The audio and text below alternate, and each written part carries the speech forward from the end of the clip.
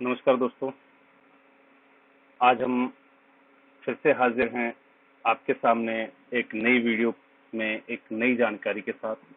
सबसे पहले मैं आपका होस्ट और दोस्त एसके यादव आप सभी का वार्म वेलकम करता हूं कि आप लोग हमारे चैनल को इतना ज़्यादा प्यार दे रहे हैं, इतना ज़्यादा भरोसा आप लोगों ने हमें विश्वास किया और बहुत सारी संस्थाओं ने हमारे द्वारा दी गई जानकारी से बहुत सारे बेनिफिट्स भी लिए हैं और कुछ अभी भी प्रयासरत हैं।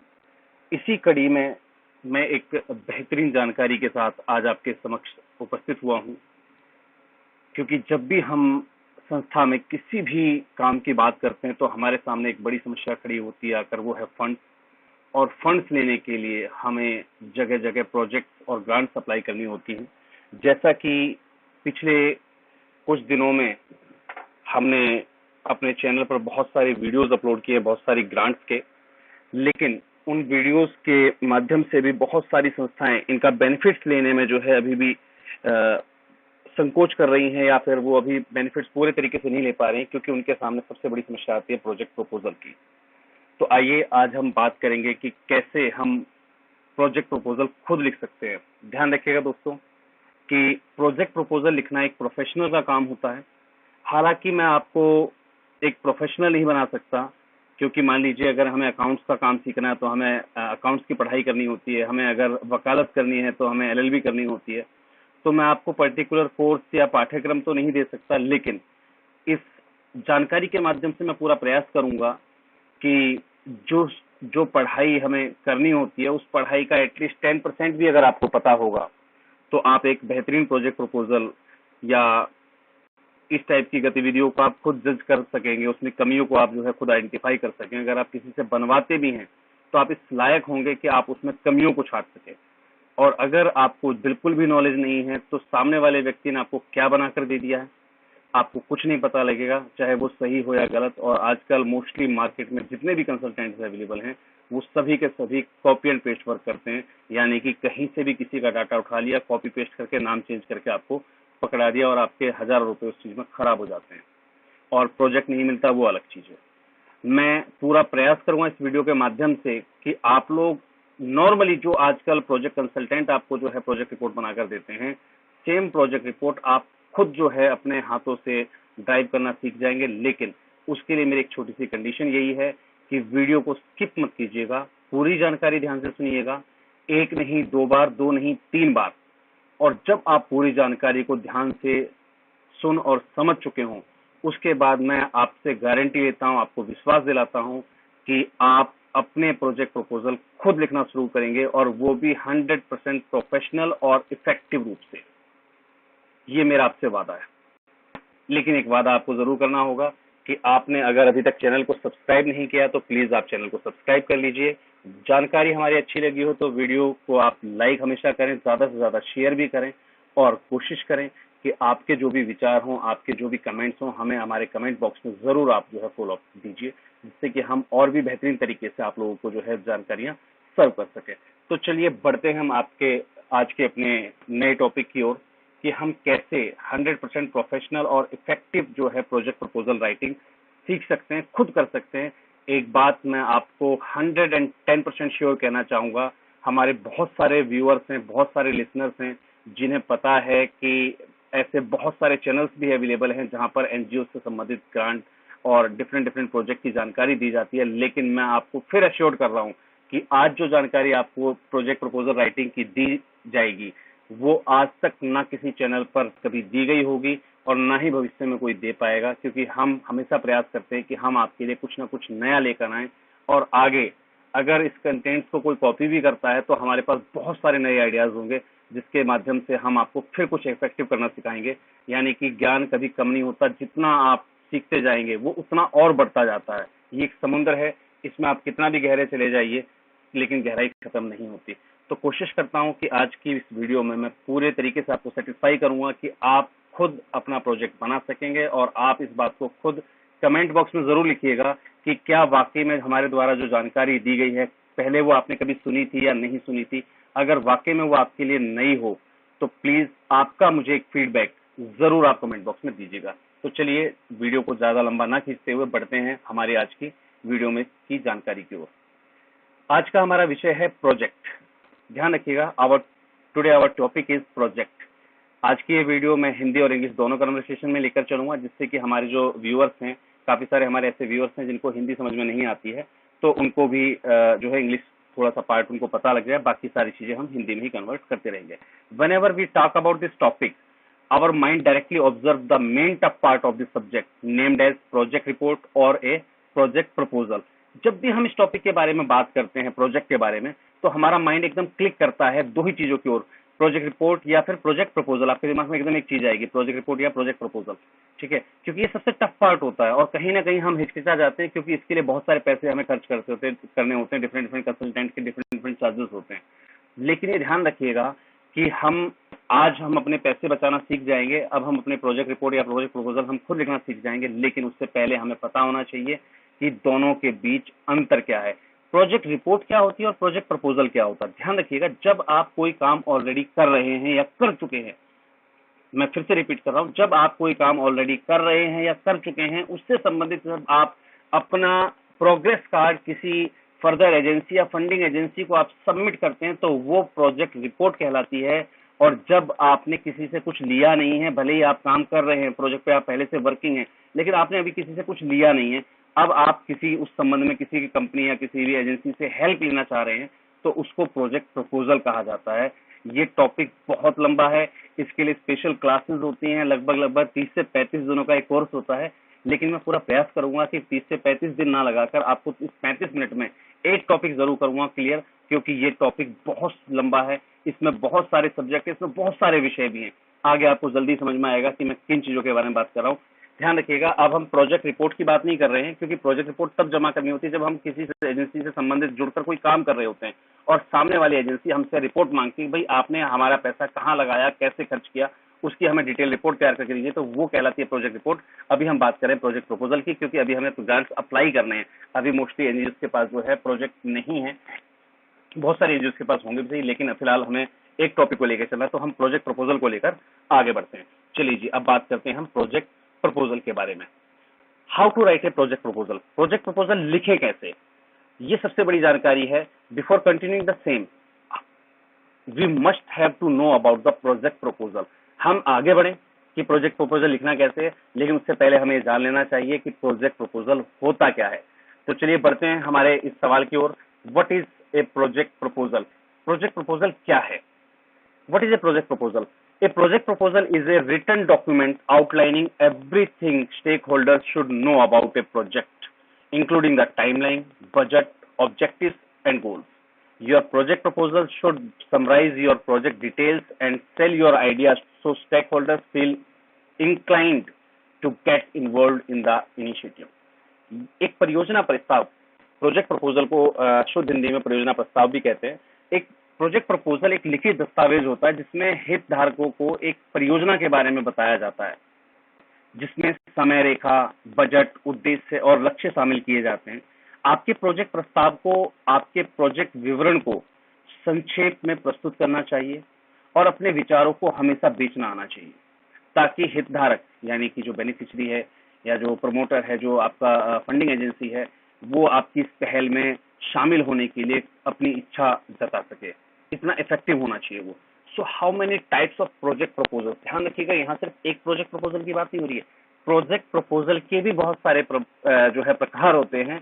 और मैंने आपसे कहा था, मैंने आपसे वादा किया था कि आज तक आपको जो वीडियोस मिली होंगी प्रोजेक्ट राइटिंग से संबंधित, वहां पर ये कंटेंट, ये जानकारी आपको नहीं मिली होगी जो आज मैं आपके साथ शेयर करने जा रहा हूँ, क्योंकि बहुत सारे हमारे कंसल्टेंट्स को भी नहीं पता होता कि प्रोजेक्ट प्रपोजल कितने प्रकार के होते हैं। तो चलिए हम बात कर लेते हैं प्रोजेक्ट प्रपोजल कितने प्रकार के होते हैं। There are 6 type of project proposal, 6 प्रकार के जो है प्रोजेक्ट प्रपोजल होते हैं। कौन कौन से? सॉलिसिटेड, सॉलिसिटेड प्रोजेक्ट्स वो होते हैं, मान लीजिए आपने कोई रिस्पॉन्स फॉर जो है फंड आपने जो है देखा, यानी कि एक्सप्रेस ऑफ इंटरेस्ट जो हम कहते हैं, ठीक है जी।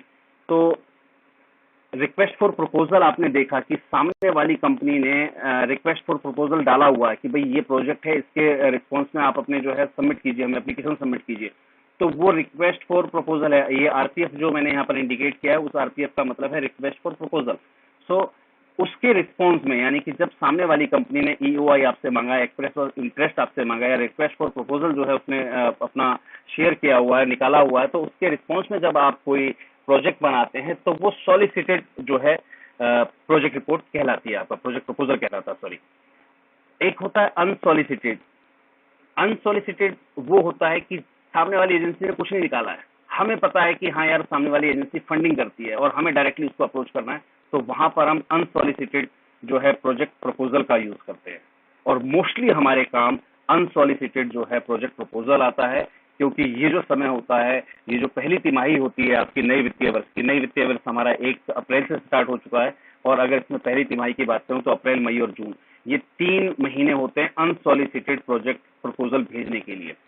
तीसरा होता है informal, send in response to an informal request. एक इनफॉर्मल रिक्वेस्ट आ गई आपके पास कि भाई आप क्या कर रहे हैं क्या नहीं कर रहे हैं, उससे समझिए एक प्रोजेक्ट बनाकर भेज दीजिए हमें। तो एक इनफॉर्मल प्रोजेक्ट रिपोर्ट आपको जो है तैयार करके देना होता है, प्रोजेक्ट प्रपोजल आपको तैयार करके देना होता है, वो इनफॉर्मल कैटेगरी में जाता है। सभी के टॉपिक्स अलग अलग रखेंगे, ध्यान रखिएगा, यहाँ पर सभी को बनाने का तरीका आपका अलग अलग हो जाता है। एक होता है रिन्यूअल। रिन्यूअल मतलब send to renew existing client contact. किसी भी क्लाइंट के साथ आपका एग्जिस्टिंग कॉन्टेक्ट था, उसको आप रिन्यू करने वाले हैं, यानी कि पहले से आप उनके साथ 1 साल से काम कर रहे थे, अब दोबारा आपको फिर वर्क उनके साथ करना है, सेम प्रोजेक्ट पर करना है, तो उसके रिन्यूअल के लिए अलग से एप्लीकेशन बनती है, वो प्रोजेक्ट प्रपोजल आपका अलग होता है। देन आफ्टर होता है कंटिन्यूएशन। कंटिन्यूएशन में set as a reminder of project continuation, यानी कि आप किसी प्रोजेक्ट पर पहले से काम कर रहे हैं और उस काम पर पहले कभी उसने हेल्प कर दी थी, अभी वो पूरा नहीं हुआ था और आपको वापस उसे कंटिन्यू करना है सेम एजेंसी के साथ, तो वहां पर set as a reminder of project continuation के लिए आप कंटिन्यूएशन के फॉर्मेट में जो है अपना प्रोजेक्ट प्रपोजल आप तैयार करते हैं। देन आफ्टर लास्ट जो 6th होता है वो होता है सप्लीमेंटल। सप्लीमेंटल होता है send to ask for additional resources, यानी कि ऑलरेडी आप किसी प्रोजेक्ट पर वर्क कर रहे थे, हो सकता है ऑलरेडी आप किसी फंडिंग एजेंसी के साथ जुड़े हुए हों, लेकिन आपको कुछ एडिशनल रिसोर्सेज की जरूरत पड़ गई और उसके लिए आपने अदर एजेंसी को, किसी दूसरी एजेंसी को आपने जो है फंडिंग के लिए कॉन्टेक्ट कर लिया, तो वो सप्लीमेंटल प्रोजेक्ट्स होते हैं। इन चीजों में अंतर करना बहुत जरूरी है, क्योंकि जब आप अपना कोई भी प्रोजेक्ट प्रपोजल सबमिट करते हैं, इन पॉइंट्स के बिहाफ पर ही आपका प्रोजेक्ट जो है खारिज हो जाता है। चलिए, आज हम जो हमारे लिए जरूरी है, मैंने आपको बताया था कि पहली जो तिमाही होती है, यानी कि फर्स्ट जो 3rd मंथ होते हैं न्यू फाइनेंशियल ईयर के, यानी कि अप्रैल, मई और जून, ये बहुत जरूरी होते हैं अनसॉलिसिटेड एप्लीकेशंस के लिए, यानी कि रैंडमली आप बहुत सारी एजेंसीज को जो है अप्लाई कर दीजिए, जहां से भी फीडबैक आएगा उसके बाद आप सॉलिसिटेड जो है या इनफॉर्मल आप जो है प्रोजेक्ट प्रपोजल उनको सबमिट करेंगे। तो उसके लिए हमें अनसॉलिसिटेड जो है प्रोजेक्ट प्रपोजल जो है तैयार करना होता है। तो आज हम बात करेंगे अनसॉलिसिटेड प्रोजेक्ट प्रपोजल के लिए, जिसको हम रिक्वेस्ट फॉर फंडिंग प्रपोजल जो है हमें जब मिलता है without any request for funding proposal जब हम भेजी जाती है, तो उसके लिए हम कैसे अपना प्रोजेक्ट रिपोर्ट तैयार करते हैं, कैसे अपना प्रोजेक्ट प्रपोजल तैयार करते हैं। सॉरी, प्रोजेक्ट रिपोर्ट में बार बार शब्द रिपीट कर जाता हूँ गलती से, तो कृपया इन गलती को ध्यान मत दीजिएगा, सिर्फ जानकारी को पकड़ने का प्रयास कीजिएगा जो जानकारी मैं आपके पास शेयर करना चाहता हूँ। रिक्वेस्ट फॉर प्रपोजल में हम जो है अनसॉलिसिटेड के बारे में सीखने जा रहे हैं। जब हमसे कोई प्रोजेक्ट मांगा ना गया हो, कोई एप्लीकेशन नहीं मांगे हो, लेकिन हम डायरेक्टली उनको अप्रोच करना चाह रहे हैं, तो हम अनसॉलिसिटेड फॉर्मेट का यूज करते हैं। तो आज चलिए हम जानते हैं कि वो प्रोजेक्ट प्रपोजल कैसे तैयार होता है। How to write an unsolicited project proposal, how to write a general project proposal. आम भाषा में हम कह देते हैं साधारण सा प्रोजेक्ट प्रपोजल कैसे लिखें। आम भाषा में जब हमें है ये पता है कि फलानी एजेंसी जो है फलाने विषय पर जो है CSR या जो है फंड प्रोवाइड करती है, और डायरेक्टली हम उसे अप्रोच करना चाह रहे हैं, उसने किसी प्रकार का कोई EOI नहीं निकाला हुआ है, एक्सप्रेस और इंटरेस्ट की एप्लीकेशन नहीं निकाली हुई है, तो हम डायरेक्टली उसको अप्रोच करना चाहते हैं, तो ऐसी कंडीशन में अनसॉलिसिटेड जो है प्रोजेक्ट प्रपोजल तैयार होते हैं। Why you need to write a project proposal, ये लिखने से पहले हमें कुछ चीजों पर मनन करना जरूरी है कि आप ये प्रोजेक्ट प्रपोजल क्यों लिख रहे हैं, यानी कि आपकी जरूरत क्या है, आप उस प्रोजेक्ट पे, उस पर्टिकुलर सोशल वर्क पे आपकी संस्था काम करती भी है नहीं करती है। ऐसा नहीं कि फलानी एजेंसी यार हॉस्पिटल बनाने के लिए दान दे रही है, तो एक काम करता हूँ, सीख तो लिया, एक जनरल प्रोजेक्ट प्रपोजल वहां ही भेज देता हूँ। नहीं, ध्यान रखिएगा, अपनी लाइन, जो पर्टिकुलर लाइन होती है आपकी सोशल सेक्टर की, उसको छोड़कर अगर आप डिफरेंट सोशल सेक्टर के लिए अप्लाई करते हैं तो वहां अपना वजूद खत्म कर लेते हैं। तो इसलिए हमेशा याद रखिएगा, जिस पर्टिकुलर सोशल सेक्टर में आप लोग वर्क कर रहे हो, सेम उससे रिलेटेड या उससे रिलेवेंट एजेंसी को ही आप अपना जो है अनसॉलिसिटेड प्रोजेक्ट प्रपोजल भेजने का प्रयास करें, इसके अलावा नहीं। दूसरी बात, identify the topic of the same. उस प्रोजेक्ट प्रपोजल का आप टॉपिक जो है खोजने का प्रयास कीजिए। Identify the topic surrounding us. Same विषय पर हमारे आसपास क्या घटित हो रहा है, सेम विषय पर हमारे आसपास क्या समस्याएं हैं, क्या चीजें हमने अपने आसपास अपने डेली रूटीन में हम उस प्रॉब्लम को कहाँ देख पा रहे हैं अपने सर्कल में, अपनी सोसाइटी में, उस चीज को ऑब्जर्व कीजिए और make sure you are ready to proceed. और अब आप विश्वास कर लीजिए कि हाँ, आप जो है आगे बढ़ने के लिए तैयार हैं और मन में have faith always that yes I can do it. और मन को तैयार कर लीजिए कि हाँ बिल्कुल मैं प्रोजेक्ट प्रपोजल लिख सकता हूँ, मैं ये काम कर सकता हूँ। एक विश्वास होना बहुत जरूरी है। अगर आपके अंदर वो विश्वास नहीं है तो आप बेहतरीन प्रोजेक्ट प्रपोजल कभी नहीं लिख पाएंगे। चलिए जी, अगर आप तैयार हैं मेरे साथ एक प्रोफेशनल प्रोजेक्ट प्रपोजल बनाने के लिए, तो बढ़ते हैं अब आगे की ओर। Start your homework. ध्यान रखिएगा, कोई भी प्रोजेक्ट प्रपोजल तैयार करने से पहले आपको कुछ होमवर्क करना जरूरी होता है।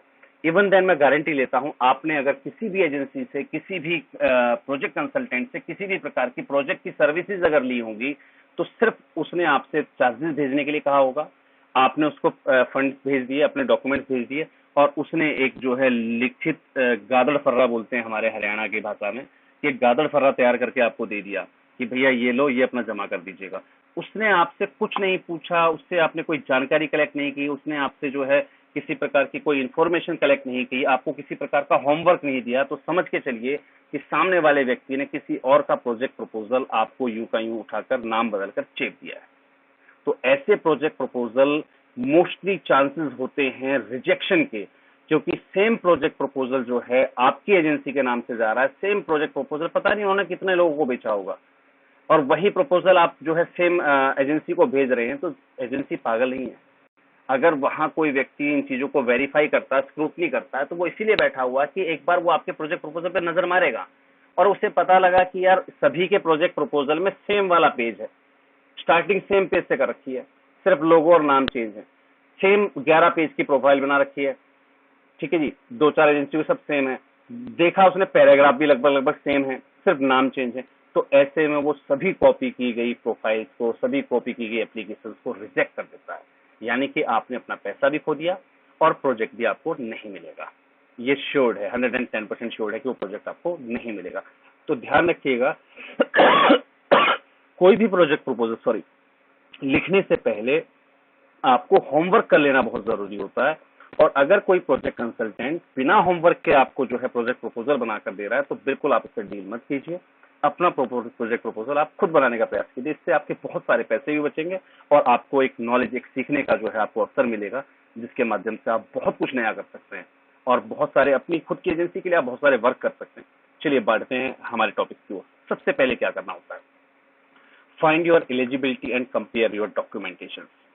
जब भी किसी प्रोजेक्ट के बारे में आप बात करते हैं, यहाँ पर देखिए मैंने आपको 2 कॉलम बनाकर दिए हैं। एक कॉलम में लिखा है स्टार्ट योर होमवर्क, हमें होमवर्क क्या करना है, और दूसरी तरफ हमने पॉइंट्स दिए हुए हैं कि पॉइंट्स टू बी नोटेड, यानी कि उस होमवर्क को करते हुए हमें क्या चीज जो है निकाल कर रिजल्ट के रूप में रखनी है। तो सबसे पहले हमें देखना होता है कि हमारी एलिजिबिलिटी या हमारे डॉक्यूमेंटेशन उस पर्टिकुलर प्रोजेक्ट के लिए एलिजिबल हैं या नहीं है।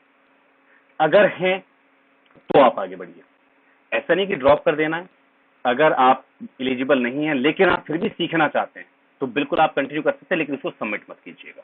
मेरी पर्सनल रिक्वेस्ट है आप लोगों से, जब आपकी एलिजिबिलिटी सेट नहीं होती है तो आप सबमिट मत कीजिए, कोशिश जरूर कीजिए, क्योंकि जितनी बार आप ट्राई करेंगे उतना आपका ज्ञान बढ़ता जाएगा। दूसरे पॉइंट पर चलते हैं, extract more and more information about the EOI. Express of interest का जो गाइडलाइंस निकली हुई थी, उन गाइडलाइंस में ज्यादा से ज्यादा इंफॉर्मेशन कलेक्ट करने का प्रयास कीजिए। तो उसको करने के लिए आपको जो है पूरी की पूरी ईओआई की गाइडलाइंस को ध्यान से, एक नहीं 2 बार, 2 नहीं 3 बार, 3 नहीं 4 बार उसको आराम से पढ़ लीजिए। कभी भी लास्ट रश मोमेंट के लिए, लास्ट मिनट मोमेंट के लिए, लास्ट मिनट रश के लिए कभी मत बैठिए। जैसे ही कोई प्रोजेक्ट प्रपोजल की आपको इन्फॉर्मेशन मिलती है, सेम उस पर अपना, अगर आपको तैयारी करनी है तो सेम उस पर अपना होमवर्क पहले दिन से स्टार्ट कर दीजिए। फिर आपके पास बहुत सारे दिन बचे होते हैं, उसमें अपना होमवर्क भी कंप्लीट कर लेंगे और प्रोजेक्ट प्रपोजल भी आप आराम से तैयार करके समय से आपको सबमिट भी कर पाएंगे। इसलिए लास्ट मोमेंट के लिए कभी मत भागिएगा। चलिए जी, तीसरे पॉइंट की ओर बढ़ते हैं, prepare the organisational documentation first. सबसे पहले उसके हिसाब से जो गाइडलाइंस आपको मिली है, उस गाइडलाइंस के हिसाब से सबसे पहले अपने डॉक्यूमेंटेशन आप तैयार करके रख लीजिए। उसमें क्या क्या डॉक्यूमेंटेशन मांगेंगे, उसके हिसाब से उनका पीडीएफ या जो भी उन्होंने क्राइटेरिया दिया हो, भाई ये ब्लैक एंड व्हाइट होने चाहिए, साइन सील होने चाहिए, ये होना चाहिए, वो होना चाहिए, तो वो डॉक्यूमेंटेशन पार्ट को पहले कंप्लीट कीजिए। उसमें कोशिश कीजिएगा कि कोई एक्स्ट्रा डॉक्यूमेंट आप ना लगाएं। अगर वहां पूछा गया है कि आप सिर्फ रजिस्ट्रेशन की कॉपी भेजें, तो जरूरी नहीं कि उस रजिस्ट्रेशन के साथ आप जो है पूरा बायोलॉजी भी सबमिट कर दें, नहीं। रजिस्ट्रेशन पूछा गया तो रजिस्ट्रेशन दीजिए, बायोलॉजी पूछा गया तो बायोलॉजी दीजिए, अगर आईटीआर पूछेगी तो आईटीआर दीजिए, उसके साथ ऑडिट मत लगाइए। अगर ऑडिट मांगी गई है और आईटीआर नहीं लिखा तो ऐसा नहीं कि ऑडिट और आईटीआर दोनों इकट्ठा लगा दिया आपने, नहीं। जो पूछा गया है केवल उतना ही डॉक्यूमेंटेशन आप रेडी करें, एडिशनल कोई डॉक्यूमेंट्स में ऐड ऑन ना करें। चौथा point, find out your organisation relevant activities.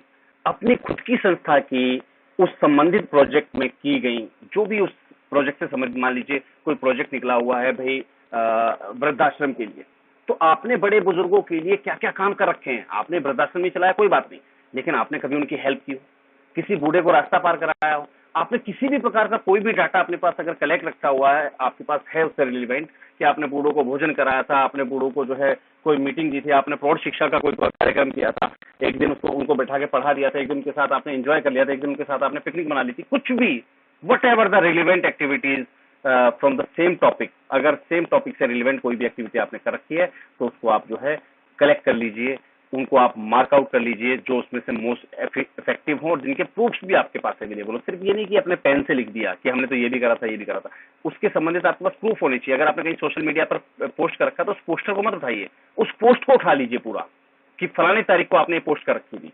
तो इस टाइप से कई बार होता है कि हम लोग कोई सोशल वर्क करते हैं लेकिन वो अखबारों में पब्लिश नहीं हो पाता, तो ऐसे में जिस डेट पे आपने उस काम को किया था, जाहिर सी बात है आपने सोशल मीडिया अकाउंट पर उसी डेट को पोस्ट किया होगा उस चीज को, तो उसका स्क्रीनशॉट उठाइए वहां पे कि आपने फला तारीख को इस काम के बारे में सोशल मीडिया पर डाला हुआ था, उस पोस्टर को मत उठाइए।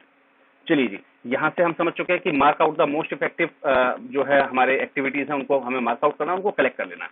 तो कलेक्ट करने में इन बातों का विशेष रूप से ध्यान रखना, हमें कोई भी पोस्टर नहीं उठाना है, पोस्टर को पोस्ट करने की जो तारीख सहित जो उसका स्क्रीनशॉट है वो उठाना है। चलिए जी, आते हैं 5वें पॉइंट की ओर, make your mind to apply for the same. अपना दिमाग को तैयार कर लीजिए कि हाँ अब मुझे जो है इसके लिए अप्लाई करना है, उसके लिए आपको पॉजिटिव होना है और अपने आप में कॉन्फिडेंट होना है कि हाँ अब मैं ये कर सकता हूँ, yes we can do it. चलिए जी, अब ये जो 5वां पॉइंट पहले आपने लिए थे डॉक्यूमेंटेशन वेरिफिकेशन की अपनी खुद की संस्था से रिलेटेड, इसको आप अकेले खुद मत कीजिए, साथ साथ जो आपके टीम मेंबर हैं, आपके ऑर्गेनाइजेशन के मेंबर हैं, उनसे भी एक बार जो है वेरीफाई करवा लीजिए। हो सकता है आपसे कोई कमी छूट गई हो, तो वहां पर वो क्रॉस चेक में जो है आपको कमी आपकी मिल जाएगी, क्योंकि मोस्टली जो हम गलती खुद कर जाते हैं वो हमें खुद को दिखाई नहीं देती है। ऐसे में दूसरा व्यक्ति जब उस काम पर नजर डालेगा, आपके उस होमवर्क पर नजर डालेगा, तो जाहिर सी बात है उसको वो कमी आपकी दिख जाएगी। या हो सकता है आपकी टीम का व्यक्ति है तो आपको कुछ और सजेस्ट करके कुछ और बता दे कि सर हमने ये वाली एक्टिविटी भी की थी, आप तो इसको डालना ही भूल गए। तो बहुत सारी चीजें हैं जो यहाँ से आपकी जो है आपका होमवर्क बहुत ही ज्यादा सॉलिड हो जाएगा। अब बढ़ते हैं इसके सेकंड पार्ट में। ये जो सेकंड पार्ट है, यहाँ पर हमें क्या करना है, अब हमें सामने वाली जो एजेंसी है, डोनर एजेंसी जो है, हमारी फंडिंग एजेंसी जो है, उसके बारे में ज्यादा से ज्यादा इंफॉर्मेशन कलेक्ट करनी। सबसे पहला पॉइंट, सबसे ज्यादा उनके बारे में आप ज्यादा से ज्यादा इंफॉर्मेशन आपको कलेक्ट करनी है और उनके जो भी आउटस्टैंडिंग अचीवमेंट हैं उनको आप पॉइंट आउट कर लीजिए। सबसे पहला काम, सिमिलर एक्टिविटीज में संस्था ने या टोटल एक्टिविटीज में उन्होंने क्या क्या कर रखा है, उन्होंने कौन कौन से सोशल वर्क कर रखे, कौन कौन से सीएसआर कर रखे, कौन कौन से प्रोजेक्ट कंप्लीट कर रखे, उनका एक डाटा आप इकट्ठा कर लीजिए। उसके बाद search similar activities in your area and state, फिर उसके सिमिलर एक्टिविटीज उन्होंने क्या क्या कर रखी हैं और उन एक्टिविटीज में से क्या कोई ऐसी एक्टिविटी भी है जो आपके एरिया या आपके स्टेट में की हो फर्दर जो है डोनर एजेंसी ने, तो उसकी एक लिस्ट तैयार कर लीजिए, उसकी डिटेल रिपोर्ट तैयार कर लीजिए उस पर कि उन्होंने क्या कौन सा काम करा था, उन सब चीजों की आप जो है एक डिटेल रिपोर्ट तैयार कर लीजिए पॉइंट वाइज। उसके बाद third point, collect some photographs या सोशल मीडिया लिंक सॉरी, उनके द्वारा किए गए जो भी सोशल वर्क हैं, जाहिर सी बात है या तो एजेंसी द्वारा या फिर इंप्लीमेंटिंग एजेंसी द्वारा, यानी कि फंडिंग एजेंसी ने अगर खुद डाल रखा है अपने सोशल मीडिया अकाउंट पर तो वहां से उठा सकते हैं आप।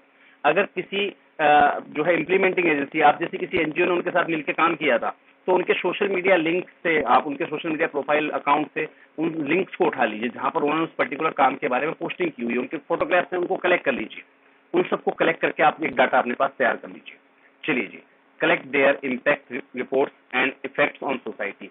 अब ऐसे बहुत सारी चीजें होंगी, बहुत सारा डाटा वहां पर ऐसा होगा कि भाई पहले ये गांव ऐसा था, अब हमारे सीएसआर एक्टिविटी के बाद वैसा हो गया, तो वो जो उनका इफेक्ट है उसके एविडेंस भी आप साथ साथ जो है अपने पास कलेक्ट कर लीजिए। ये आपका होमवर्क करना बहुत ज्यादा जरूरी है। अगर आप बिना होमवर्क के प्रोजेक्ट प्रपोजल बनाने की सोच रहे हैं तो यकीन मानिए आपको जिंदगी में कभी भी ग्रांट नहीं मिल सकती। तो ये जो आपका होमवर्क है ये बहुत ज्यादा जरूरी है और ये आपकी चीजों को इफेक्टिव बनाएगा। कैसे बनाएगा अभी हम डिस्कस करते हैं इस चीज को। Also hand over the same work responsibility to your teammate या ऑर्गेनाइजेशन मेंबर। अब अपनी जो टीममेट या ऑर्गेनाइजेशन मेंबर हैं, जब आप इस काम को स्टार्ट करते हैं डोनर एजेंसी वाले पार्ट को, तो यही काम एक बंदे को और दीजिए आपकी टीम में से। यानी कि भाई तू अपने स्तर पर क्या क्या निकाल सकता है तू खोज के रख, और मैं अपने स्तर पर क्या क्या निकाल सकता हूं मैं खोज के रखता हूं। तो दोनों को कंपेयर करने से एक तो गलतियां पता लग जाएंगी, दूसरा आपका जो मैटर है वो इफेक्टिव बन जाएगा। तीसरा, अगर कुछ चीज आपसे छूट गई है, कुछ चीज आपके जो है टीममेट या ऑर्गेनाइजेशन मेंबर से छूट गई है, तो वो दोनों चीज कंप्लीट होकर एक बेहतरीन रिपोर्ट आपके पास तैयार हो जाएगी। यानी कि आपने सामने वाली डोनर एजेंसी या फंडिंग एजेंसी के बारे में काफी अच्छी रिसर्च की हुई है। ये चीज सामने वाली एजेंसी को बहुत ज्यादा इफेक्ट करेगी, बहुत ज्यादा इम्पैक्ट लेकर आएगी उनके विचारधारा पर। चलिए जी, अब बात करते हैं। आपने ये प्रोजेक्ट और एक्टिविटीज तो कंपनी की देख ली है कि उन्होंने कहाँ क्या कौन सा एक्टिविटीज करी थी। कोशिश कीजिए कि अगर कोई प्लेस वहां पर नियर बाई है जहां पर पता लगे भाई फलानी जगह फलानी सीएसआर एजेंसी ने स्कूल के अंदर बेंच टांग दिए थे, या फिर जो है फलानी जगह पेड़ लगवाए थे फलानी एजेंसी ने, और आप उससे संबंधित प्रोजेक्ट बना रहे हैं, तो उस प्लेस को विजिट करने का प्रयास कीजिए और वहां से एविडेंस को कलेक्ट कीजिए। फोटोग्राफ्स वगैरह आप वहां पर मौजूद हैं, आपकी सेल्फी के साथ लीजिए उनको। Point out the methodology working structure, और वहां पर यह भी चेक करना है कि उनकी मेथोडोलॉजी क्या है। वहां आप मान लीजिए देखने चले गए भाई वहां पेड़ लगाए थे किसी एजेंसी ने, तो वो ऐसे ही लगा रखे, फॉर्मेलिटी पूरी कर रखी है, या वाकई में उसका स्ट्रक्चरल है कुछ, है ना। किसी स्कूल को डेवलप किया था तो वाकई में स्कूल डेवलप है या सिर्फ फॉर्मेलिटी करवा दी गई थी। तो उनकी जो मेथोडोलॉजी है वो आपको वहां से पता लग जाएगी। चलिए जी, दूसरा, जब आप उस प्लेस को विजिट करते हैं तो वहां पर आपकी मुलाकात जो है बेनिफिशियरी से भी होगी। जब उस प्लेस पर कोई काम हुआ है तो जाहिर सी बात है, तो आपको जो है वहां पर बहुत सारी चीजें देखने को मिलेंगी। ठीक है, तो उन चीजों को जब आप देख रहे होंगे तो जाहिर सी बात है उन चीजों का कोई ना कोई तो उपयोग कर रहा है, वो बेनिफिशियरी है उसका। उस बेनिफिशियरीज के फीडबैक को आप कोशिश कीजिए वीडियो बना बनाकर जो है कलेक्ट कर लीजिए। अब observe most relevant social media activities of donor agency and CSR agency और फंडिंग एजेंसी। मोस्ट रिलेवेंट जो सोशल मीडिया एक्टिविटीज हैं उनकी सेम वर्क से, उनको भी आप ऑब्जर्व कर लिए, उनके जो लिंक्स हैं उनको आप जो है अपने पास उसका डाटा कलेक्ट कर लीजिए। और ध्यान रखिएगा, यहाँ पर एक काम करना बहुत जरूरी है। जब आप संबंधित एजेंसी को अप्लाई करने वाले हैं और उसके बारे में इतना रिसर्च कर चुके हैं, तो जब आप उनकी सोशल मीडिया पोस्ट तक जा ही चुके तो उन पोस्टों को जरूर उसको लाइक कर दीजिएगा और एक बार शेयर भी कर लीजिएगा अपने प्रोफाइल पर। उससे फायदा क्या मिलेगा आपको, जब आप किसी एजेंसी को उसके बारे में इतना सब कुछ बता देते हैं तो उसको भी लगता है कि यार वाकई में ये एजेंसी या इस संस्था ने हमारे पॉइंट्स को देखा है, समझा है, उसकी सराहना की है। यार हम जब किसी की तारीफ करते हैं ना तो ऑब्वियसली बात है कि हम कहीं ना कहीं उसको अपना बना चुके होते हैं। तो नॉर्मल सी बात है, तारीफ सबको पसंद है। जब आपने उस ऑर्गेनाइजेशन के बारे में इतना सादा होमवर्क कर लिया है और गलती से अगर वो आपके होमवर्क को चेक करने लगे, क्रॉस वेरीफाई करने लगे, कल तक नहीं किया था कोई बात नहीं, लेकिन जब आप उनको अपने बारे में उनके बारे में खुद आप इतनी चीजें बता चुके होंगे तो उनकी नजर अपने फेसबुक अकाउंट पर जरूर जाएगी, अपने सोशल मीडिया वॉल्स पर जरूर जाएगी कि यार ये व्यक्ति मुझे इतने टाइम से लाइक करता आ रहा है, इसने मेरी सारी पोस्ट लाइक कर रखी है, इसने मेरी सारी पोस्ट शेयर कर रखी है। यानी कि हमारी कंपनी के बारे में बेशक हमने इसको प्रोजेक्ट नहीं दिया अभी तक, हम भले ही देने की नहीं सोच रहे थे, लेकिन यार इस व्यक्ति ने देखो हमारे कामों को इतना ज्यादा शेयर किया हुआ है, हमारे बारे में इतना प्रचार किया हुआ है, क्यों ना हम इसके साथ वर्क करके देखें। जब बिना हमें काम दिए, बिना हमारे काम दिए और बिना हमसे काम लिए हमारे बारे में इतना अवेयर है, इतना जो है कॉन्फिडेंट है हमारे कामों को लेकर, इतना मतलब ज्यादा हम पे भरोसा करके बैठा है कि हमारे काम इतने अच्छे हैं, किसको अपने सोशल मीडिया वॉल्स पर अगर ये शेयर करता आ रहा है, तो जाहिर सी बात है इसके साथ अगर हम मिलकर काम करेंगे तो जाहिर सी बात है ये हमारी एजेंसी को भी इतना ज्यादा प्रमोट कर देगा। और फ्री का प्रमोशन कोई मना नहीं करता, चाहे वो कोई कंपनी हो चाहे सरकार हो। तो इस चीज का आपको बेनिफिट बहुत अच्छा मिलेगा। ये जो पॉइंट्स मैंने आपको होमवर्क के दिए हैं, इसको किए बिना कोई भी प्रोजेक्ट तैयार मत कीजिएगा, अदरवाइज आप फेल हो जाएंगे। चलिए जी, congratulations, almost you have done 60% work out of the total till now. अगर हम पूरे प्रोजेक्ट प्रपोजल की बात करते हैं तो सिर्फ होमवर्क में आप मान के चलिए कि आपने 60% काम कंप्लीट कर लिया। क्योंकि जब एक व्यक्ति के बारे में आप इतनी सारी इंफॉर्मेशन कलेक्ट कर चुके हो तो सामने वाला व्यक्ति जो है सोचने पर मजबूर हो जाता है आपके बारे में कि यार इसने बिना मुझसे रिलेशन के, मैं इसको जानता नहीं था, ये मुझे जानता या नहीं था, जानता था या नहीं था, लेकिन इसने प्रूव कर दिया कि ये मुझे बहुत टाइम से फॉलो अप कर रहा है और मेरे बारे में इतनी सारी इन्फॉर्मेशन इसने कलेक्ट रखी, यानी कि इसने मुझे लेकर होमवर्क काफी अच्छा किया और ये मुझे लेकर जो है कंसंट्रेटेड भी, यानी कि ऐसा नहीं कि यार उसके लिए सब एक जैसे है, आज आपके पास बैठा है कल किसी और के पास बैठ जाएगा, नहीं। जाहिर सी बात है, बंदे ने होमवर्क कर रखा है, यानी कि वो हमसे ग्रांट लेने का पूर्ण रूप से इच्छुक है। और जब इतना अच्छा व्यक्ति होमवर्क करके लेके आया तो उसको ग्रांट देने में कोई बुराई नहीं है। उसके बाद मैं कह रहा हूँ कि ये जो बचा हुआ 40% है, उसके अंदर अगर आप हिंदी में पेन से लिख के दे देंगे ना, सर मैंने ऐसा ऐसा सोचा हुआ और मैं ये काम करना चाहता हूँ, तो भी वो एजेंसी आपको ग्रांट दे देगी, इस बात की गारंटी मैं लेता हूँ। क्योंकि अब जो आपने इम्पैक्ट उस पर डाला है, वो इम्पैक्ट कहीं भी जो है अनफॉरगेटेबल है, वो बिल्कुल भुला नहीं सकता सामने वाला व्यक्ति। तो चलिए अब बढ़ते आगे की ओर कि हम जो बचा हुआ 40% है उसको पेन से ना लिखकर अगर थोड़ा सा उसे भी प्रोफेशनल कर दे तो हम 100% प्रोफेशनल हो जाएंगे। अगर मैं फिर भी कह रहा हूं, मैं फिर अपनी बात को रिपीट कर रहा हूं, अगर ये 60% होमवर्क जो आपने किया है, जो आपने होमवर्क किया है, इसके अनुसार आप 60% अपना प्रोजेक्ट तैयार कर चुके हैं, 40% में अगर पेन से भी लिख के दे देंगे ना अपने विचारों को, तो भी वो एजेंसी आपको एक्सेप्ट कर लेगी, जो भी फॉर्मेलिटी आपसे बाद में कंप्लीट करवा लेगी प्रोफेशनल तरीके से, लेकिन आपको काम जरूर देगी। लेकिन हम पूरी कोशिश करें कि उनको इसमें भी हम शिकायत का मौका ना दें। 60% हम वर्क कर चुके हैं, बचे हुए 40% में कौन सी मेहनत करनी है। इतना आसान मैंने आपके लिए काम कर दिया है, तो मैं गारंटी ले रहा हूं कि ये प्रोजेक्ट प्रपोजल बनाना आपके लिए बहुत आसान हो जाएगा। चलिए बढ़ते हैं बाकी के 40% वर्क की ओर। Now be ready to draft your project proposal. अब अपने प्रोजेक्ट प्रपोजल को ड्राफ्ट करने के लिए आप तैयार हो जाइए। Main points to be remember while writing a project proposal. Project proposal को जब हम राइट करते हैं, लिखते हैं, तो उसमें कुछ मेन पॉइंट्स होते हैं जिनको आपको जो है रिमेंबर रखना, याद रखना बहुत जरूरी है। इसका आप स्क्रीनशॉट ले सकते हैं, बकायदा भविष्य में आपके काम आ जाएगा जब भी आप प्रोजेक्ट प्रपोजल तैयार करेंगे। और वीडियो में आप जब मन चाहे देख सकते हैं। कोशिश कीजिए कि आप वीडियो को स्किप करके ना देखें, कोशिश कीजिए आप वीडियो को पहले से डाउनलोड करके ना रखें। थोड़ा सा नेट लगेगा, 10 मिनट 20 मिनट या 30 मिनट का टाइम लगेगा, लेकिन जितनी बार आप इन्फॉर्मेशन को देखेंगे उतनी बार आपकी नॉलेज अपडेट होती जाएगी, बढ़ती जाएगी। चलिए जी, सबसे पहला जो उसमें पॉइंट होता है वो होता है कवर लेटर का। कवर लेटर हमेशा ध्यान रखिएगा, या तो ब्लैंक पेज पर होना चाहिए या फिर आपके जो है लेटर हेड पर होना चाहिए, जिसमें सब्जेक्ट आपका क्लियरली लिखा हुआ और रिक्वेस्ट लेटर टाइप में होना चाहिए। वो ध्यान रखिएगा, जो आपका कवर लेटर है वो एक रिक्वेस्ट लेटर होता है, जिसके अंदर 3 से 4 लाइन ब्रीफ डिस्क्रिप्शन भी होता है उस प्रोजेक्ट का, कि आप संबंधित प्रोजेक्ट के बारे में बात कर रहे हैं। ठीक है जी, 3 से 4 लाइन में एक ब्रीफ डिस्क्रिप्शन जो है आपको उस प्रोजेक्ट का उस रिक्वेस्ट लेटर के अंदर, आपके जो कवरिंग लेटर है उसके अंदर इंक्लूड जरूर करना होता है। सेकंड पेज की हम बात करते हैं। सेकंड पेज में क्या होता है, हमारा एनजीओ प्रोफाइल, बहुत ही ब्रीफ में, बहुत छोटा सिंगल पैराग्राफ होता है हमारा अबाउट एनजीओ का। हमारी एनजीओ के बारे में एक सिंगल पैराग्राफ 3 से 4 लाइन का, बस बहुत है। विजन, आपका मिशन, आपके ऑब्जेक्टिव, आपकी लोकेशंस, आप कहाँ कहाँ पर काम कर रही है आपकी एनजीओ, ये सब कुछ आपका 15 पॉइंटों के अंदर कंप्लीट होना चाहिए। यानी कि एक पेज के अंदर, एक पेज का आपका कवर लेटर और एक पेज का आपका एनजीओ प्रोफाइल। वहां पर आपको अपनी 10-15 पेजों वाली जो है प्रोफाइल नहीं लगानी है। ये अगर आप लगा दें तो सामने वाला डोनर एजेंसी जो है, फंडिंग एजेंसी, वो बिना पढ़े उस फाइल को फेंक देगी। यार इतने लंबे को कौन पढ़ेगा, अभी प्रोजेक्ट पेज का नाम ही नहीं आया कहीं। तो ध्यान रखिएगा, cover letter and NGO profile must be there in 2 pages only. आपका जो कवर लेटर है और जो आपका एनजीओ प्रोफाइल है वो 2 ही पेजों के अंदर हो तो बहुत बेस्ट होगा। फिर बात करते हैं प्रोजेक्ट प्रपोजल की। यहाँ पर आप एनजीओ प्रोफाइल कर चुके हैं, कवरिंग लेटर कर चुके हैं, उसके बाद आपके हेडिंग आ जाती है प्रोजेक्ट प्रपोजल। और प्रोजेक्ट प्रपोजल में सबसे पहला टॉपिक आता है प्रपोजल टॉपिक, यानी कि किस टॉपिक पर आप प्रपोजल बना रहे हैं उससे संबंधित जो भी आप लाइन लिखें वो आप सिंगल पैराग्राफ या 10 लाइनों के अंदर ही लिखनी है। उसके टॉपिक के लिए उसको लंबा मत कीजिएगा बहुत ज्यादा, ठीक है, कि आप उसको बहुत ज्यादा लंबा कर दें। तो एक सिंगल पैराग्राफ या मैक्सिमम 10 लाइनों के अंदर आप प्रपोजल का जो है टॉपिक डिस्क्राइब कर सकते हैं। अबाउट द डोनर एजेंसी, अब देखिए यहाँ पर आपका काम आएगा क्या, आपका होमवर्क, कि आपने जो होमवर्क किया वो यहाँ पर आपको डालना है कि डोनर एजेंसी के बारे में सिमिलर में उनकी पास्ट एक्टिविटीज क्या थी, उनके आउटकम्स क्या थे, उनके फीडबैक क्या क्या रहे। यही चीज तो आपने पीछे निकाली होमवर्क में, ये आपको वहां डाल देनी है।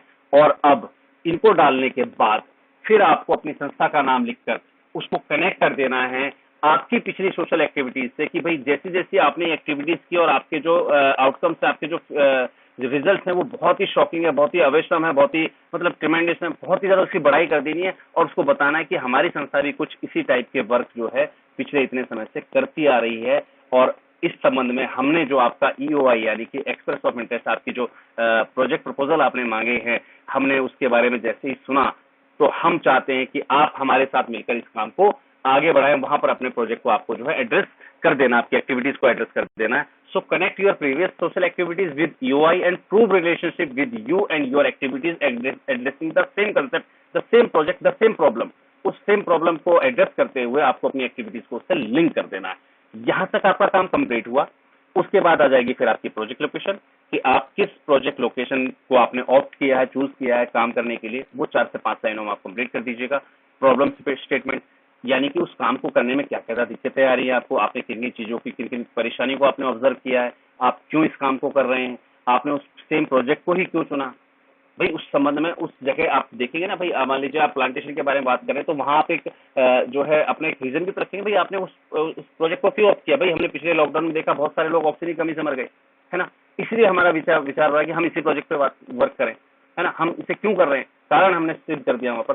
तो हाफ पेज या 1 पैराग्राफ, एक पेज से लेकर हाफ, मतलब एक पैराग्राफ से लेकर हाफ पेज के अंदर ये चीज आपको कंप्लीट कर देनी है। इसमें 2-4 पेज में जोड़ दीजिएगा, ठीक है। बहुत ही शॉर्ट में हमें निपटाना होता है हर एक चीज को। तो यहाँ पर प्रॉब्लम स्टेटमेंट आपको डालनी है हाफ पेज या 1 पैराग्राफ की। देन आफ्टर मेथोडोलॉजी या रेजोल्यूशन, यानी कि उन प्रॉब्लम्स को आप कैसे रिजोल्व करेंगे, आपका स्टेप बाय स्टेप जो प्रोसेस आप लेने वाले हैं। मान लीजिए हम वृद्धाश्रम चलाने वाले हैं तो हम बुजुर्गों को आइडेंटिफाई करेंगे, उसमें बेनिफिशियरीज को आइडेंटिफिकेशन प्रोसेस होगा। उसके बाद हम अपने यहाँ उनको एडमिशन देंगे, उनकी फिर क्लासेस हुआ करेंगे, उनको फूड एंड वो प्रोवाइड करेंगे, उनको हम क्लासेस प्रोवाइड करेंगे, हम उनके मनोरंजन के लिए भी ये एक्टिविटीज करेंगे, है ना, हम उनको बेनिफिशियरी बनाएंगे, हम उनकी पेंशन शुरू करवाएंगे। जो जो स्टेप आप लेने वाले हैं, ठीक है, वो सारे डालने होते हैं। अब हम बात करते हैं मेथोडोलॉजी की, एक और एग्जांपल देता हूँ। मान लीजिए हम प्लांटेशन वर्क पे कर रहे हैं, तो हम सबसे पहले एरिया ऑप्ट करेंगे, है ना, उसके लिए अपने जो है पौधे वगैरह तैयार करेंगे, उसकी व्यवस्था करेंगे कहाँ से लेके आने हैं। फिर उसके बाद एक जो है हम स्ट्रक्चरल वर्क बनाएंगे कि भाई हम लोगों के माध्यम से प्लांटेशन करवाना है, ठीक है, डेली कितने प्लांटेशन को हमें कंप्लीट करना है, कितने एरिया को कंप्लीट करना है डेली। प्लांटेशन होने के बाद फिर उनकी जो है हमें जो उनकी सिक्योरिटी के लिए हमें जो है आसपास जो हम ट्री गार्ड लगाते हैं वो कब लगाने हैं, है ना, उनको कैसे हमें जो है मार्किंग करनी है कि हम अपने पौधों को भी गिन सके, उसमें मार्किंग कब होगी। तो ये सारी चीजें आती है स्टेप बाय स्टेप प्रोसेस में। तो ये मेथोडोलॉजी या रेजोल्यूशन आप समझ गए होंगे कि आपको जो है इन पॉइंट्स में इसको डिस्क्राइब कर देना। कोशिश कीजिएगा आपके जो पॉइंट्स हो वो भी 10 या 12 पॉइंट से ज्यादा ना हो, यानी कि प्रोसेस जो आपका है रेजोल्यूशन का वो ज्यादा लंबा ना हो। फिर बात करते हैं सॉल्यूशन या इम्प्लीमेंट की। सॉल्यूशन इम्प्लीमेंट्स क्या होते हैं, इसमें 2 पॉइंट्स होते हैं, आउटकम्स या आउटपुट। ध्यान रखिएगा, आउटकम्स वो चीज होती है जो धीरे धीरे आपको नजर आती है, यानी कि अगर हमने ये सोशल वर्क कर दिया तो भविष्य में इतने जो है लोग, ऑक्सीजन की कमी पूरी हो जाएगी, रोड पर छाया बनी रहा करेगी, इतने लोगों को छाया मिलेगी जी, और इतने लोगों को जो है फल मिला करेगा। तो ये आउटकम्स है जो लेट आएंगे, धीरे धीरे आएंगे। आउटपुट क्या है, जो तुरंत आ गए। आउटपुट क्या कहता है, जैसे ही हमने प्लांटेशन किया जी आपको ग्रीनरी दिखाई देगी। भाई जाहिर सी बात है, आज आपने प्लांटेशन कर दिया तो उस पूरे मैदान में तो ग्रीनरी दिखाई देगी ना, हरियाली दिखाई देगी, नॉर्मल सी चीज है। तो ये सब चीजें होती हैं कि आउटपुट्स क्या होते हैं जो इमीडिएट इफेक्ट देते हैं, आउटकम्स क्या होते हैं जो धीरे धीरे इफेक्ट देते हैं। वो दोनों चीज आपको अलग अलग मेंशन करना बहुत जरूरी है सॉल्यूशन इंप्लीमेंटेशन में। चलिए बढ़ते हैं अगले टॉपिक की ओर, प्रोजेक्ट लोकेशन डिस्क्रिप्शन, यानी कि उस प्रोजेक्ट लोकेशन को आपने क्यों चूज किया है, उसका ज्योग्राफिकल डाटा क्या है उस लोकेशन का, ठीक है, वहां पर काम करना आपके डोनर के लिए इंपॉर्टेंट क्यों है। ध्यान रखिएगा, आपके लिए इंपॉर्टेंट नहीं, आपके डोनर के लिए इंपॉर्टेंट क्यों है, क्योंकि ध्यान रखिएगा बहुत सारी एजेंसी केवल वही फंडिंग करती हैं जहां रिलेवेंट उनका आसपास ऑफिस हो, जहां रिलेवेंट आपके आसपास उनकी इंडस्ट्री हो। अब मान लीजिए अगर हम कोल इंडिया की बात कर रहे हैं तो कोल इंडिया वेस्ट बंगाल की तरफ या ये झारखंड और इस तरफ है, वो वहां वही वर्क करती है केवल, ठीक है, वो आपको जो है पंजाब में आके क्यों फंड देंगे, है ना। तो ऐसी बहुत सारी कंपनियां हैं जो पर्टिकुलर एक एरिया में ही वर्क करती हैं। तो वहां पर आपको उससे लिंक करना है कि जी आपका यहाँ पर ऑफिस भी है, यानी कि देखिए जहां पर उनका ऑफिस या उनकी कोई ब्रांच होती है ना, तो वहां से वो उनके लिए मॉनिटरिंग जो टॉपिक होता है वो बड़ा इजी हो जाता है। मान लीजिए अब वो कंपनी है बेशक आसाम की और फंड कर रही है हरियाणा में, लेकिन प्रोजेक्ट आपका अच्छा है, बिल्कुल फंड करेगी, कोई दिक्कत नहीं, लेकिन थोड़ा सा और इफेक्टिव हो जाएगा अगर हरियाणा में उनकी ब्रांच हो, ठीक है। हम उस चीज को प्रूव करें कि यहाँ पर हमारी आपकी एक ब्रांच प्रूव नहीं करना है, मतलब उनको बताना है कि आपके यहाँ पर एक ब्रांच भी है। उससे क्या है, उनको थोड़ा सा सुविधा मिलेगी, वो जब मन चाहे हमारा वेरिफिकेशन करवा सकते हैं, वो जब मन चाहे हमारे जो है मॉनिटरिंग कर सकते हैं हमारे प्रोजेक्ट की कि हम क्या कर रहे हैं। तो इन चीजों का तरफ ध्यान जरूर देना है कि प्रोजेक्ट लोकेशन डिस्क्रिप्शन जो है आपको 4 से 5 लाइनों में ही खत्म कर देना है। टारगेट बेनिफिशरीज या बेनिफिशरी डिटेल, बेनिफिशरी डिटेल भी कई बार आपको देनी पड़ जाती है कि भाई ये बेनिफिशरी होंगे, और कई बार टारगेट बेनिफिशरी देना पड़ता है। दोनों में अंतर क्या है, दोनों में अंतर समझ लेते हैं। बेनिफिशरी डिटेल कब देनी होती है, मान लीजिए किसी से ऐसा जिसने निकाला कि भाई हमें स्कूलों का रिनोवेशन करना है, तो जाहिर सी बात है आपने पर्टिकुलर एक स्कूल का सर्वे किया होगा, आप उसको डिटेल भेज रहे हैं, तो वो एक पर्टिकुलर आपका बेनिफिशियरी है, तो उस बेनिफिशियरी की आपको डिटेल देनी होती है। और कई बार होता है टारगेट बेनिफिशियरी, भाई हमें एससी एसटी के बच्चों को जो है पढ़ाना, तो वहां पर आपकी टारगेट कम्युनिटी क्या हो गई, एससी एसटी वाले लोग, है ना। तो ये चीजें होती है, टारगेट बेनिफिशियरी और बेनिफिशियरी डिटेल्स, दोनों में से कोई भी चीज आपको देनी पड़ सकती है, डिपेंड करता है कि आपका प्रोजेक्ट किस हिसाब से, किस टॉपिक पर आप वर्क कर रहे हैं। चलिए जी, फिर आते हैं जस्टिफिकेशन पर। अब आपको जस्टिफिकेशन करना होता है उस प्रोजेक्ट का। सबसे पहले तो प्रूव योर प्रोजेक्ट रिपब्लिकेबिलिटी। रिपब्लिकेबिलिटी क्या होती है, उसकी गणतंत्रीयता। गणतंत्रीयता गणतंत्रीयता क्या होता है, रिपब्लिकेबिलिटी, कि भाई आप इस प्रोजेक्ट को यहाँ के अलावा कहीं और भी कर सकते हैं, यानी कि सेम प्रॉब्लम जो है काफी लंबे पैमाने पर हो, यहाँ की जगह आप दूसरी जगह भी करवा सकते हैं इस काम को। मान लीजिए एक साल में हमारे साथ ये प्रोजेक्ट यहाँ पर खत्म हो गया, आप दूसरी लोकेशन पे भी हमारे साथ इस काम को शुरू कर सकते हैं। तो एक जो है ना रिपब्लिकेबिलिटी, उसकी हमें जो है वहां पर जस्टिफाई करनी होती है। प्रूव इट स्केलेबल, इसको स्केलेबल भी बनाइए। स्केलेबल मतलब कि आज हमने जो काम किया, आज आप अगर आप हमें फंड दे रहे हैं 50 लाख का, तो हमने ये प्रॉब्लम सॉल्व कर दी, एक साल के अंदर प्रॉब्लम सॉल्व होगी। लेकिन अगर आप चाहें 1 करोड़ देना, तो हमारे पास ऐसी कम्युनिटी और भी है, यानी कि उसको हम और बढ़ा सकते हैं काम को। आप कम करना चाहें तो बेनिफिशियरी कम हो जाएंगे, यानी कि सामने वाले को पूरा स्केलेबल अमाउंट आपको जो है स्केलेबल देना है आपको प्रोजेक्ट, कि आप जो है इसको बढ़ा भी सकते हैं, घटा भी सकते हैं। ठीक है जी। Other agencies in the same field, आपके फील्ड में, आपके सोसाइटी में सेम फील्ड के अंदर और कौन कौन सी एजेंसी काम कर रही हैं, और उनमें से आपको ही फंड क्यों दिया जाए। ठीक है, कौन कौन सी संस्था इन्वॉल्व हैं सेम वर्क में। ठीक है, उसकी भी डिटेल डालनी होती है, उस चीज को छुपाना नहीं होता है। ठीक है, और आपको क्यों फंड दिया जाए, तो वो चीज आपको प्रूव करनी होती है। ठीक है, कि हमारा भाई ये कंसेप्ट है, हम इस मेथोडोलॉजी पे चल रहे हैं, हम इस आइडियोलॉजी को फॉलो कर रहे हैं। ठीक है, और हम ये इंप्लीमेंट लाने के लिए श्योर है, और ऊपर से आपने इतना अच्छा होमवर्क कर रखा, 60% का, वो देगी आपको, बिल्कुल देगी। चलिए जी, सस्टेनेबिलिटी। सस्टेनेबिलिटी की बात करते हैं तो वहनीयता, यानी कि सामने वाले एजेंसी के अगर कभी बस की ना रहे, ठीक है, तो वो सस्टेनेबल भी होना चाहिए प्रोजेक्ट आपका, यानी कि एक बार आपने स्टार्ट कर दिया तो खुद में सेल्फ सस्टेनेबल हो वो, कि एक बार आपने स्टार्ट कर दिया फिर लोग अपने हिसाब से बेनिफिट भी लेते जाएंगे और खुद भी उस चीज को कंटिन्यू रखेंगे। तो सस्टेनेबिलिटी उसकी प्रूव करनी होती है। मॉनिटरिंग एंड एवोल्यूशन, आप कब कब उनके बिलिंग भेजेंगे, है ना, कब कब आप उनको जो है सूचना देंगे स्टेप बाय स्टेप, कि भाई ये कंप्लीट हो गया जी, हमने आपको बिल पहुंचा दिया, ये कंप्लीट हो गया जी, हमने आपको जो है वेरीफाई करवा दिया।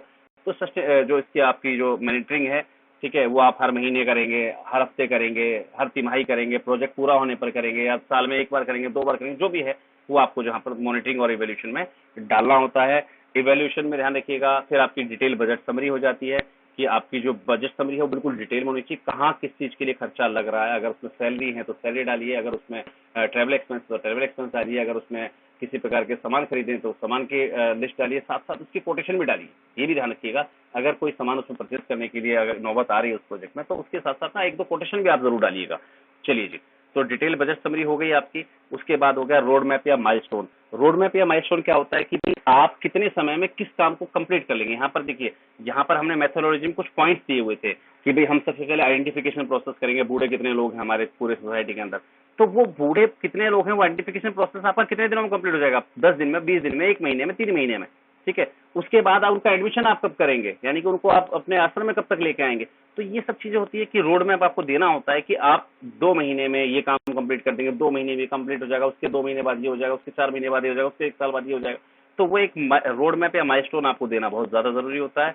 और अब उसके बाद होता है फिर आपकी रिलेवेंट एक्टिविटीज, जो आपकी खुद की एक्टिविटीज थी, जो होमवर्क में आप कर चुके हैं, उस रिलेवेंट एक्टिविटीज को आप जो है वहां पर रिलेवेंट पिक्चर्स आप लगा सकते हैं, भाई हमारे द्वारा पहले इसी संबंधित क्षेत्र में किए गए काम के फोटोग्राफ्स वगैरह वहां पर शो आउट कर देने हैं। और नीचे एक बढ़िया सा एक लाइन लिख देनी है, waiting for your kind consideration and response. तो मैं यकीन दिलाता हूं कि इस माध्यम से आप जो है 100% प्रोफेशनल अपना प्रोजेक्ट प्रोफाइल, अपना प्रोजेक्ट प्रपोजल जो है बना चुके हैं। अब इसको आप सबमिट कर दीजिए, मैं गारंटी लेता हूं कि आपको आपके प्रोजेक्ट प्रपोजल को देखकर कोई आपसे मना नहीं करेगा किसी भी वे में। हाँ, सामने वाले एजेंसी के पास फंड नहीं है देने के लिए, या सामने वाली एजेंसी आपको डील नहीं कर सकती, वो एक अलग चीज है, लेकिन प्रपोजल में वो कोई कमी आपके में नहीं निकाल सकती। यहाँ पर आप एक 100% प्रोफेशनल जो है प्रोजेक्ट प्रपोजल तैयार कर चुके हैं। Thank you, thanks a lot for watching this. और मैंने आपको बताया था कि इसमें बहुत सारे टॉपिक हैं। अभी हमने सिर्फ प्रोजेक्ट प्रपोजल में जो 6 पार्ट होते हैं उसमें से एक पार्ट को सीखा है। ये लंबा टॉपिक है, कोशिश करूंगा कि नेक्स्ट सेशन में इसकी एक नेक्स्ट वीडियो में आपको नए टॉपिक पर जरूर दूं, क्योंकि हमारे पास जो 6 प्रकार हैं प्रोजेक्ट प्रपोजल के, उनमें से हमने 1 टाइप कंप्लीट कर लिया है, सेकंड टाइप पे भी वीडियो हम जो है जल्द ही आपको आपके साथ शेयर करेंगे। तो अभी तक अगर आपने हमारे चैनल को सब्सक्राइब नहीं किया तो प्लीज सब्सक्राइब कर लीजिएगा। वीडियो की जानकारी आपको कैसी लगी आप जो है हमें कमेंट बॉक्स में बताना मत भूलिए। अगर आप चाहते हैं कि सब किसी और संबंधित टॉपिक पर हमें वीडियो बनानी चाहिए, किसी और जानकारी पर हमें वीडियो बनानी चाहिए, तो वो भी आप अपने कमेंट बॉक्स में हमें जो है सजेस्ट कर सकते हैं कि हमें अगली वीडियो किस टॉपिक पर बनानी है। हालांकि इस टॉपिक की अगर बात करता हूँ प्रोजेक्ट प्रपोजल्स की, इसके लगभग हमारे पास अभी 9 सेशंस अभी पेंडिंग में हैं, यानी कि इसके बाद 9 वीडियोस और आएंगी, तब जाकर कहीं ये प्रोजेक्ट प्रपोजल वाला जो हमारा जो टॉपिक है वो पूरा कंप्लीट हो पाएगा कि वहां पर हम सभी प्रकार के प्रोजेक्ट प्रपोजल बनाना सीख चुके होंगे, प्रोफेशनल बन चुके होंगे। So thanks a lot for watching, for being with us. Have a nice day, good bye.